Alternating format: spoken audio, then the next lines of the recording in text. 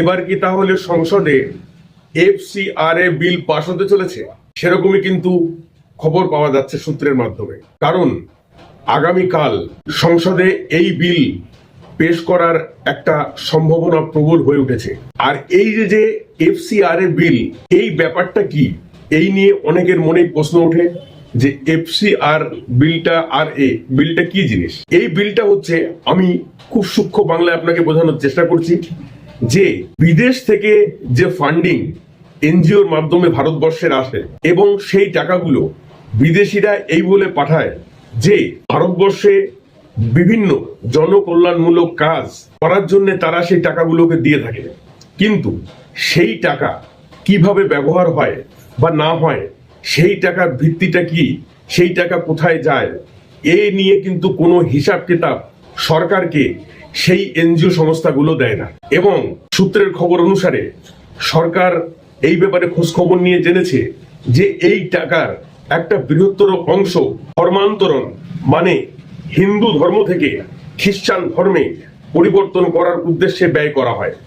বিভিন্নভাবে লোভ দিয়ে, লালসা দিয়ে, টাকা দিয়ে এবং আরো নানা রকম ভাবে এই টাকাগুলো সেই সমস্ত খাতে ব্যয় হয়। এখন এই এফসিআরএ বিলের বিশেষ সংশোধন হতে চলেছে যে বিদেশ থেকে যে টাকাগুলো এনজিওর কাছে আসবে, সেই টাকার কোথায় খরচ হচ্ছে, কিভাবে খরচ হচ্ছে, তার পুঙ্খানুপুঙ্খ হিসাব কিতাব এটা সরকারকে দিতে হবে। এবং এই টাকা দিল্লির একটা বিশেষ ব্যাংকে আসবে, আর সেই ব্যাংকে সেই এনজিও সংস্থার অ্যাকাউন্ট থাকতে হবে এবং সেই অ্যাকাউন্ট থেকে সে কবে টাকা তুলছে এবং সেই টাকাগুলো কোন কোন খাতে ব্যয় হচ্ছে তার বিস্তারিত বিবরণ সরকারকে দিতে হবে।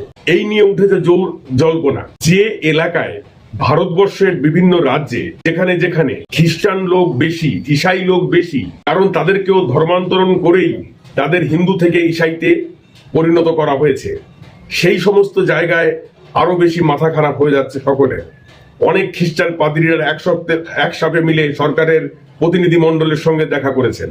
তাদের মধ্যে কি কথাবার্তা হয়েছে সেটা এখনো পর্যন্ত সূত্রের মাধ্যমে জানা যায়নি। তবে যে কোনো কারণে এই বিল যাতে না আসে তারা সেই জিনিসটা চাইছে।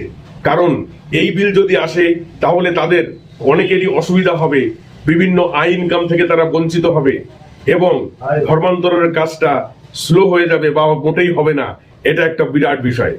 শুধু ভারতবর্ষ নয়, এই নিয়ে আমেরিকার মন্ত্রিসভাতেও কথা উঠেছে এবং ভারতবর্ষকে জানানো হয়েছে যে যদি এই বিল পাশ করানো হয় তাহলে কিন্তু ভারতের সঙ্গে আমেরিকার সম্পর্ক ভালো নাও থাকতে পারে। কিন্তু ভারতবর্ষ সেই কথার বা ভারত সরকার কোনো রকম কোনো উত্তর দেয়নি, এক কথায় কোনো পাত্তা দেয়নি। কারণ আমাদের দেশে আমরা আইন প্রণয়ন করব, আমরা কোন বিল আনবো সেটা অন্য কারো কাছ থেকে আমাদের জানার প্রয়োজন নেই।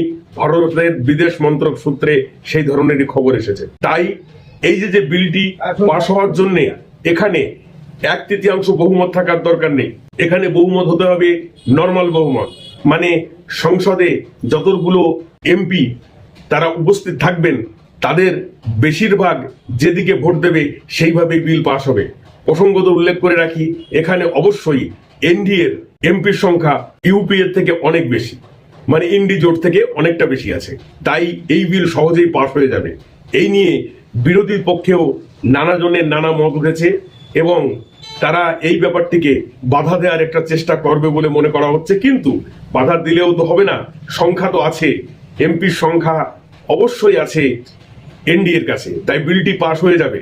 তাই আজকের এই যে বিষয় আমি কথা বললাম, এই বিষয়টি মূলত অনেকে এই বিল সম্পর্কে জানে না, তাই ব্যাপারটি আমি বলে দিলাম। আমি নির্মল, নাসা ইনফো বাংলা চ্যানেলে আপনাদের স্বাগতম জানালাম। প্রথমে জানানো উচিত ছিল নমস্কার। অবশ্যই চ্যানেলটিকে সবাই সাবস্ক্রাইব করবেন। এই ধরনের খবর এবং ব্যাখ্যামূলক খবর পাওয়ার জন্য আমি মূলত এই রবিবার এবং বুধবারের দিন বড় ভিডিও বানিয়ে থাকি, খবরের ভিডিও এবং তথ্যমূলক ভিডিও, আর প্রতিদিন আমি শর্ট ভিডিও অবশ্যই বানাই।